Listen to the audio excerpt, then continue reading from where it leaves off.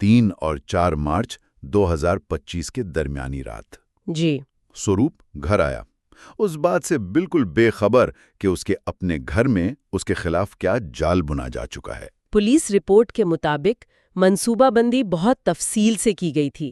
یہ کوئی اچانک غصے میں کیا گیا جرم نہیں تھا۔ صحیح۔ سب سے پہلے سوروپ کو نشہ ملا ہوا کھانا دیا گیا۔ یہ قدم ان کی سرد مہری کو ظاہر کرتا ہے۔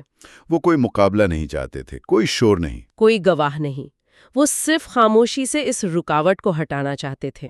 اور جب وہ نشے کی وجہ سے بے ہوش ہو گیا تو مسکان اور ساحل نے مل کر اسے بے رحمی سے کر دیا۔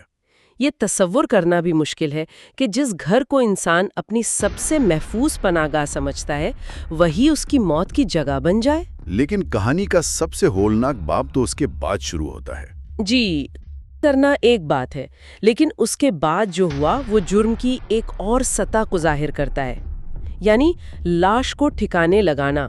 اور جو طریقہ انہوں نے اپنایا وہ ان کی ذہنی حالت کے بارے میں بہت کچھ بتاتا ہے۔ انہوں نے سوروپ کی 15 ٹکڑے کیے۔ یہ تفصیل سن کر ہی رونگٹے کھڑے ہو جاتے ہیں۔ آخر کوئی ایسا کیوں کرے گا؟ کیا یہ صرف ثبوت مٹانے کی کوشش تھی؟ دیکھیں، فورینسک سائیکالوجی میں کے ٹکڑے کرنا اکثر صرف ثبوت چھپانے سے کہیں زیادہ ہوتا ہے۔ اچھا؟ یہ شدید غصے اور نفرت کا اظہار ہو سکتا ہے۔ یہ مقتول کی شناخت کو مکمل طور پہ مٹانے کی ایک نفسیاتی کوشش بھی ہو سکتی ہے۔ مطلب اس کو ڈی ہیومنائز کرنے کا عمل؟ بالکل، یہ مقتول کو ڈی ہیومنائز کرنے کا آخری عمل ہے تاکہ مجرم اپنے کیے گئے جرم کی سنگینی سے خود کو نفسیاتی طور پر الگ کر سکے، یہ کہہ کر کہ یہ کوئی انسان نہیں تھا، یہ صرف ایک مسئلہ تھا۔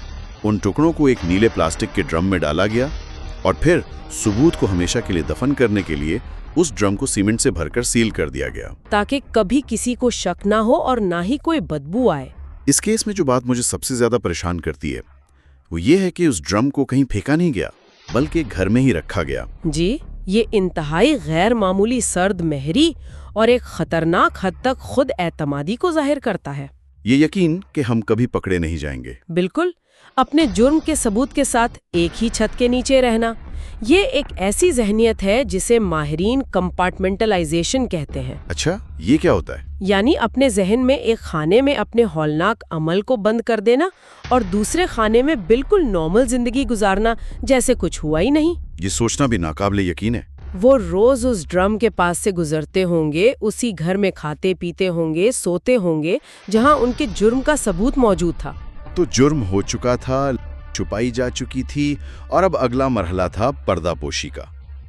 مسکان نے ایک جھوٹی کہانی بننا شروع کی۔ جی، اس نے سوروپ کے موبائل فون کا استعمال کیا اور اس کے گھر والوں کو پیغامات بھیجنا شروع کر دیے، جیسے میں ٹھیک ہوں، کام میں مصروف ہوں، کال نہیں کر سکتا۔ یہ ایک کلاسیکی حربہ ہے جو مجرم وقت حاصل کرنے اور تفتیش میں تاخیر کرنے کے لیے استعمال کرتے ہیں۔ اس سے ایک ڈیجیٹل بہانہ بن جاتا ہے۔ صحیح۔ اور یہاں ایک اور نفسیاتی تعصب کام کرتا ہے۔ مسکان کو سوروپ کے گھر والوں سے ٹھیک ہے، اپنا خیال رکھنا جیسے پیغامات مل رہے تھے، جس سے اس کا یہ یقین پختہ ہوتا گیا کہ اس کا منصوبہ کامیاب ہو رہا ہے۔ اور وہ لاپرواہ ہوتی گئی۔ اسے لگ رہا تھا کہ سب اس کی کہانی پر یقین کر رہے ہیں۔ بالکل۔ اسے لگا کہ اس نے ایک مکمل جرم کیا ہے۔ دن گزرتے گئے، 1 دن، 2 دن، 1 ہفتہ۔ وہ اپنی بیٹی کے ساتھ معمول کی زندگی گزار رہی تھی۔ پڑوسیوں نے جب پوچھا تو اس نے بتایا کہ سوروپ کام کے سلسلے میں اچانک واپس لندن چلا گیا ہے۔ سب کچھ اس کے منصوبے کے مطابق چل رہا تھا۔ لیکن وہ ایک چیز بھول گئی تھی۔ ایک معصوم گواہ جو اسی گھر میں موجود تھا اور جس نے شاید سب کچھ دیکھا تھا۔ اور یہی اس کہانی کا سب سے غیر متوقع اور فیصلہ کن موڑ ہے۔ جھوٹ کا یہ سارا جال، یہ ساری منصوبہ بندی ایک ایسے شخص نے توڑی جو سے کسی کو توقع نہیں تھی۔ صحیح۔ تفتیش کار مہینوں تک ڈیجیٹل سراغ اور فورینزک ثبوتوں میں الجھے رہ سکتے تھے، لیکن یہاں سچائی ایک ایسی جگہ سے سامنے آئی جہاں کوئی فلٹر نہیں ہوتا۔ کچھ دن سوروپ کو نہ دیکھنے کے بعد محلے کے کچھ لوگوں نے شاید بچوں سے کھیلتے ہوئے اس کی چھوٹی بیٹی سے معصومیت سے پوچھ لیا، بیٹا پاپا کہاں ہے؟ اور بچی نے اتنا ہی معصوم اور سیدھا جواب دیا، ایک ایسا جواب جس نے سب کچھ بدل دیا، پاپا ڈرم میں ہے۔ یہ وہ لمحہ ہے، یہ کسی فلم کے کلائمیکس جیسا ہے۔ ایک بچے کی معصومیت نے اس پیچیدہ فریب کو ایک لمحے میں توڑ دیا۔ بالکل۔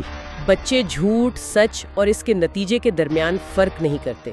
وہ وہی کہتے ہیں جو وہ دیکھتے یا سنتے ہیں۔ اور اس کا یہ سادہ بیان کسی بھی پولیس تفتیش سے زیادہ طاقتور ثابت ہوا۔ یہ وہ لمحہ تھا جب سارا منصوبہ، ساری سرد مہری، ساری خود اعتمادی، سب کچھ ایک لمحے میں ڈھیر ہو گیا۔ ان 3 الفاظ نے پورے محلے میں خلبلی مچا دی۔ جو شک پہلے دبی زبان میں تھا، وہ اب ایک خوفناک حقیقت کا روپ دھار چکا تھا۔ ظاہر ہے بات فوراً پولیس تک پہنچی ہوگی۔ جی، پولیس نے گھر کی تلاشی لی اور ان کی نظر اسی نیلے ڈرم پر پڑی جس کا ذکر بچی نے کیا تھا۔ اور جب ڈرم کو توڑا گیا اور سیمنٹ ہٹایا گیا تو اندر سے وہ سچ نکلا جس نے پورے ملک کو ہلا کر رکھ دیا۔ سوروپ راجپوت کی لاش کے ٹکڑے۔ اس دریافت کے بعد مسکان اور ساحل کا کھیل ختم ہو گیا۔ دونوں کو فوراً گرفتار کر لیا گیا۔ ان پر مجرمانہ سازش اور ثبوت چھپانے کے سنگین الزامات لگائے گئے۔ یہ کیس میڈیا میں بلو ڈرم مرڈر کیس کے نام سے مشہور ہوا اور اس نے معاشرے میں ایک نئی بحث چھیڑ دی کہ ہم اپنے رشتوں میں کتنے محفوظ ہیں۔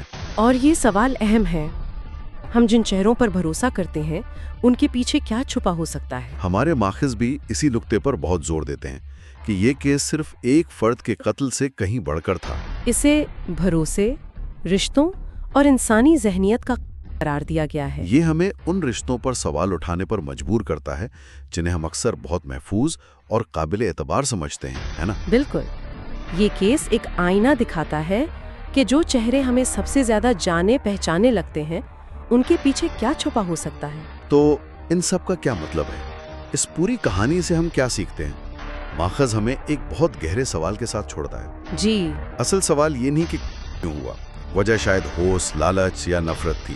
اصل سوال یہ ہے کہ ہم اپنے آس پاس کے لوگوں کی ظاہری شخصیت پر کتنی آسانی سے یقین کر لیتے ہیں۔ ہم یہ مان کر چلتے ہیں کہ جو لوگ ہمارے قریب ہیں وہ ہمارے خیر خواہ ہیں، لیکن یہ کیس ایک تلخ یاد دہانی ہے کہ انسانی فطرت بہت پیچیدہ اور بعض اوقات ناقابل فہم حد تک تاریک ہو سکتی ہے۔ صحیح۔ ماخذ کا آخری جملہ اس کہانی کا خلاصہ ہے اور وہ واقعی بہت چونکا دینے والا ہے، کیونکہ کبھی کبھی مسکراہٹ کے پیچھے چھپ کر بیٹھی ہوتی ہے بلو ڈرم کے اندر۔ آج کے اس تجزیے کے بعد ہم اپنے سامعین کے لیے ایک آخری سوچ چھوڑنا چاہتے ہیں۔ اگر ایک گھر کے اندر، ایک خاندان کے بیچ سچائی کو اس قدر بھیانک طریقے سے سیمنٹ اور پلاسٹک کے نیچے دفن کیا جا سکتا ہے، تو یہ اس بات کے بارے میں کیا کہتا ہے کہ ہم دوسروں کو جیسا دیکھتے ہیں اور وہ حقیقت میں جیسے ہوتے ہیں اس میں کتنا بڑا فرق ہو سکتا ہے۔